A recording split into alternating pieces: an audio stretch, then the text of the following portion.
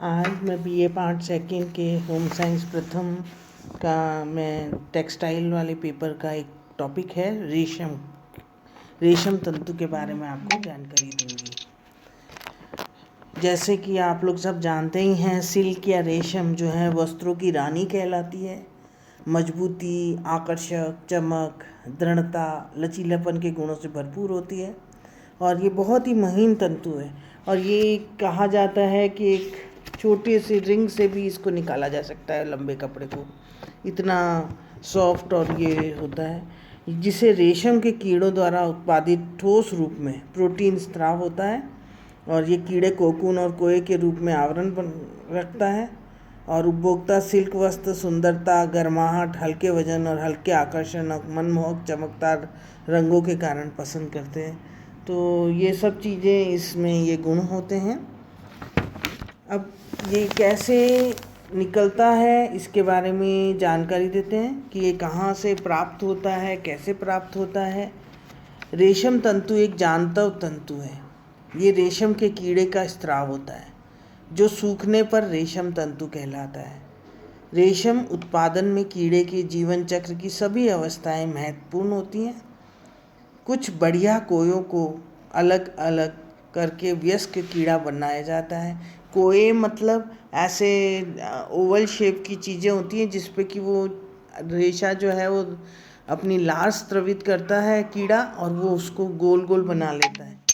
तो आप इसके चित्र मैंने डाले हैं, आप उसे देख पाएंगे। और रेशम के कीड़े वर्ष में 3 बार निकाले जा सकते हैं और कीड़ों का जीवन चक्र इस प्रकार है। रेशम के कीड़े अंडों को हवादार प्रकाशमय स्थान पर संभाल कर रखा जाता है जहां 12 दिन में लार्वा के रूप में ले लेते हैं। अगर आपने किसी तितली वगैरह को देखा हो तो वो लार्वा आप समझ पाएंगे, मैंने चित्र डाले हैं, आप उसमें देख लें।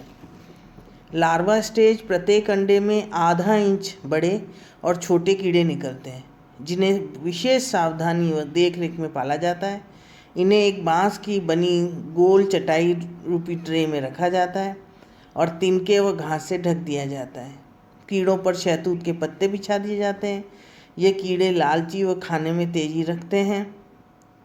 औसतन एक लार्वा अपने वजन से 48,000 गुना पत्ते खा जाता है।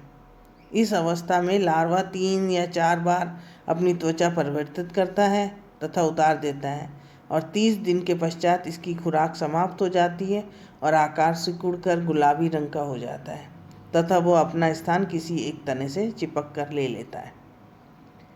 फिर क्रिसलिस या प्यूपा, कोकून जिसे कहते हैं, ये अवस्था कीड़े के मुंह में 2 तार स्रावित करता है।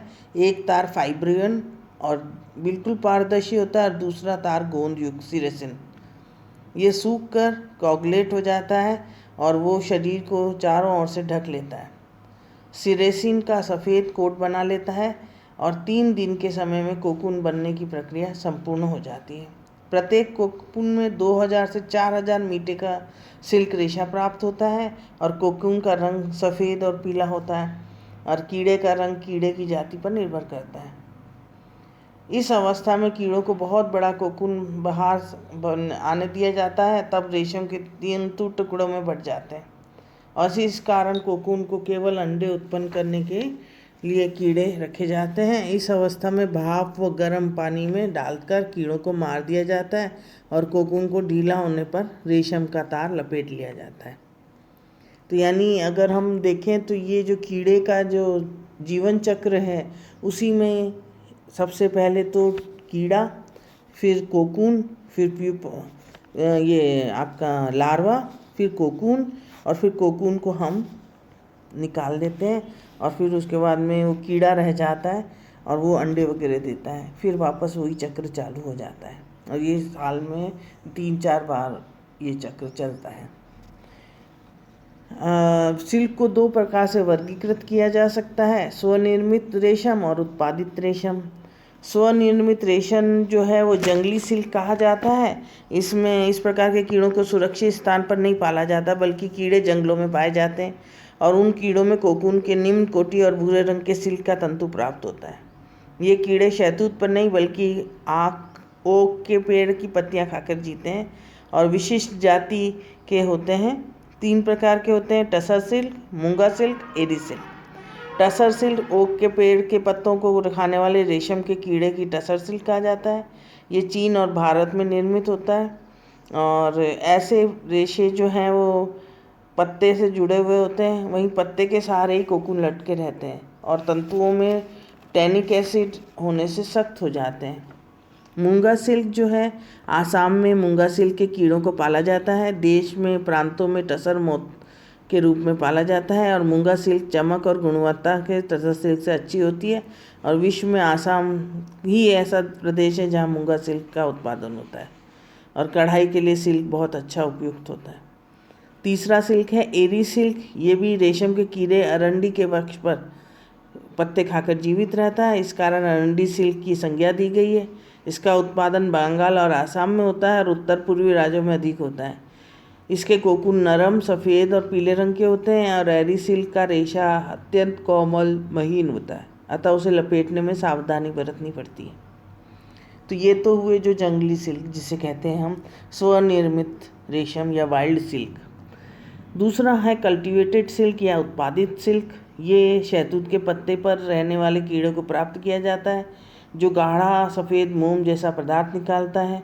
फिलामेंट, लपेटा हुआ सिल्क और कता हुआ सिल्क। फिलामेंट जो होता है वो लंबा होता है। लपटा हुआ जो सिल्क है अत्यंत लंबे रेशे का होता है, जिसकी लंबाई 300 से 1800 मीटर होती है।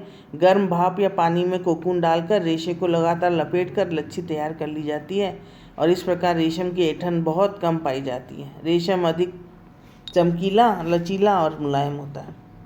कता हुआ सिल्क ये वर्थ या वेस्ट सिल्क है।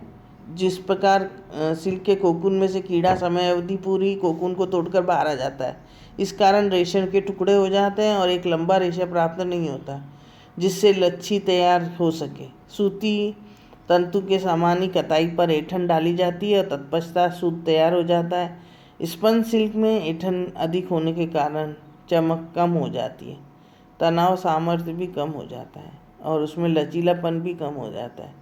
सूती वस्त्र के समान दिखाने वाला स्पन रेशम सस्ता होता है और भूरेपन लिए हुए होता है।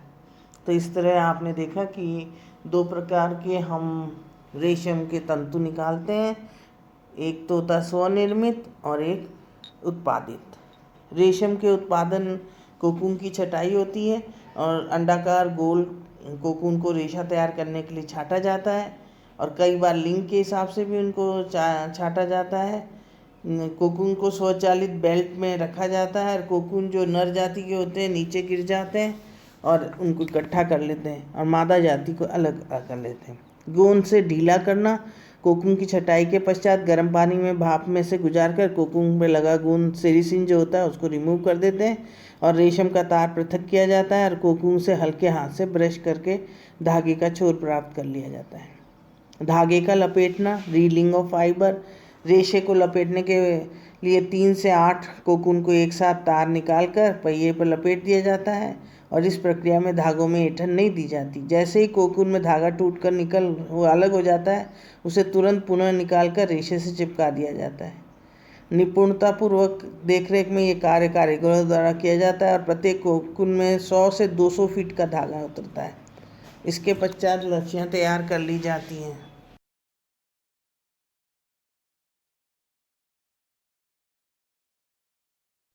फिर रेशम की लच्छी को सुखाया जाता है। लंबे रेशों को विशिष्ट सिल्क माना जाता है और टूटे हुए छोटे रेशों को निम्न कोटि का रेशम मानते हैं। प्राकृतिक और कृत्रिम रूप से हवा द्वारा सुखाया जाता है और पूरी तरह से सूख जाने पर वस्त्र निर्माण के लिए भेज दिया जाता है। ब्लीचिंग जो है वो सिल्क के रेशों में अतिरिक्त गोंद हटाने के लिए हाइड्रोजन परऑक्साइड या सल्फर डाइऑक्साइड से विरंजित किया जाता है और स्वनिर्मित रेशम पर पूरी तरह से गोंद को हटाना कठिन होता है, किंतु उत्पादित रेशम जो होती है उसमें गोंद आराम से हट जाता है।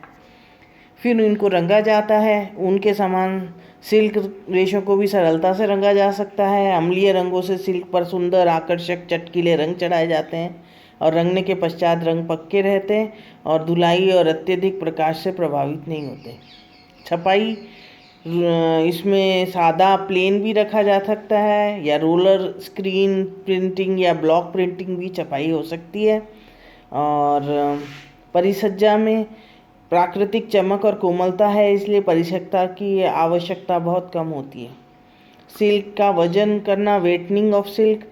सिल्क के रेशों को जब बुनाई के लिए तैयार किया जाता है तब साबुन के पानी में उबालकर प्राकृतिक गोंद या सिरसिन हटा दी जाती है और 20 से 30% वजन कम हो जाता है। यही सिल्क शुद्ध प्योर सिल्क के नाम से जाना जाता है। इस पर गोंद का कलफ लगाकर वस्त्र को कड़ा किया जाता है और शुद्ध सिल्क के वस्त्रों में रेशों में सघनता अधिक होती है और वस्त्र उत्तम श्रेणी के बनते हैं। और शुद्ध सिल्क में प्रत्यास्थता के गुणों के कारण अत्यंत मूल्यवान भी होते हैं। इसका एक्चुअल में क्या होता है, सिल्क का जब हम गोंद रिमूव कर देते हैं तो वो बहुत हल्का हो जाता है, तो उसका वेटनिंग कैसे करते हैं, वापस हम सिल्क लगा देते हैं। यानी अगर गोंद लगा हुआ सिल्क से हम हम कपड़ा नहीं बना पाते हैं, इसलिए उसको हटा लेते हैं और फिर जब बुन जाता है, कपड़ा बन जाता है, वस्त्र पे फिर वो कलफ लगा देते हैं। सिल्क रेशे में धातु के लवण जैसे टिन, लोहा के प्रति गहरा सादृश्य होता है और इसलिए रेशा उस पर चिपक कर वजन बढ़ा देता है। इस प्रकार सिल्क के भार बढ़ जाता है और मूल्य कम हो जाता है। कमज़ोर होने से धूप और पसीने में सरलता से प्रभावित हो जाता है। फिर इसकी कुछ सामान्य भौतिक विशेषताएं हैं। संगठन जो है वो दो पदार्थों के मेल से बना होता है, फाइब्रिन और सिरसिन। प्राकृतिक गोंद होता है और शेष भाग मोम, वसा, लवण आदि का बना होता है। सूक्ष्मदर्शी में अगर हम देखें तो ये डंडे के समान दिखता है जिसमें गोंद लगा हुआ होता है और कभी कभी दो तंतु आपस में गोंद से चिपके रहते हैं।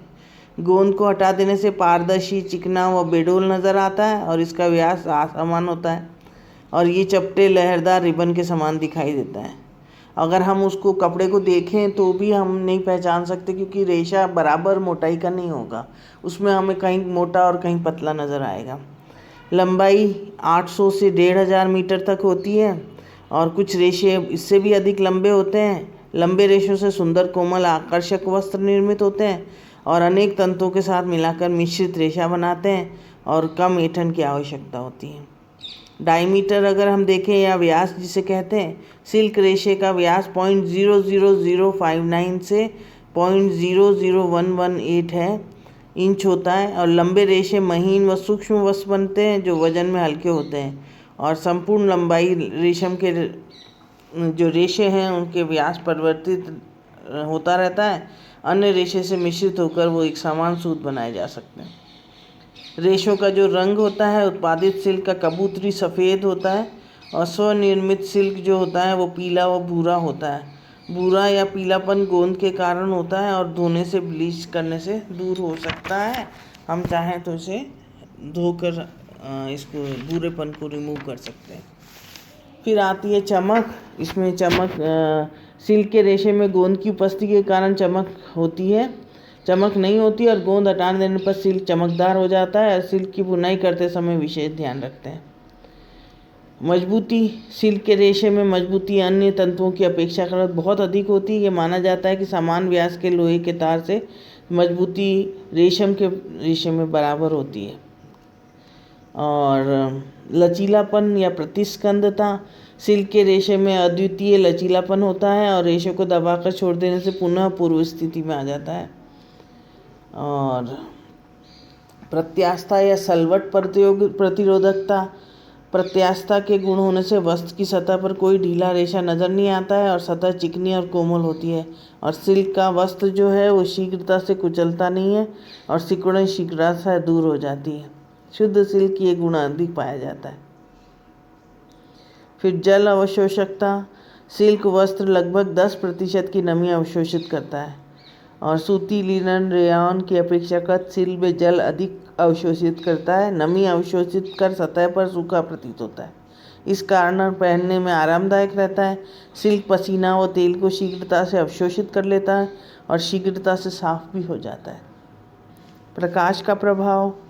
ये प्रकाश में सिल्क खराब हो जाता है और शुद्ध सिल्क का ये प्रभाव कुछ विलंब से होता है, इसी कारण पर्दे के लिए सिल्क का प्रयोग उपयुक्त नहीं है। ताप का प्रभाव। 231 डिग्री फ़ारेनहाइट रखने पर सिल्क का वस्त्र पीला पड़ जाता है। इस कारण गर्म आयरन इस्त्री करने से कमज़ोर पड़ जाते हैं, रंग फीका हो जाता है। और 300 से अधिक ताप हो जाने पर रेशे जल जाते हैं। भाप के द्वारा प्रेस करने से विशेष बातें ध्यान में रखनी चाहिए। फफूंदी का प्रभाव, सिल्क पे कोई प्रभाव नहीं पड़ता। रेशम के कीड़े तभी आक्रमण करते हैं जब वस्त्र पर एक परिचर्या की जाती है जो कीड़ों को आकर्षक लगती है।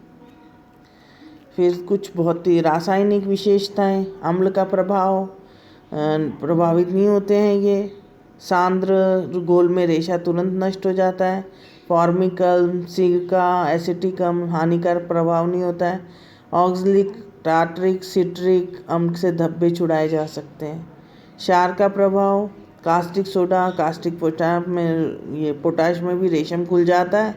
और अमोनिया, सोडा फास्फेट, बोरेक्स, साबुन का प्रभाव कम होता है। इस कारण कोमल, उदासीन और शोधक से सिल्क वस्त्र धोना चाहिए।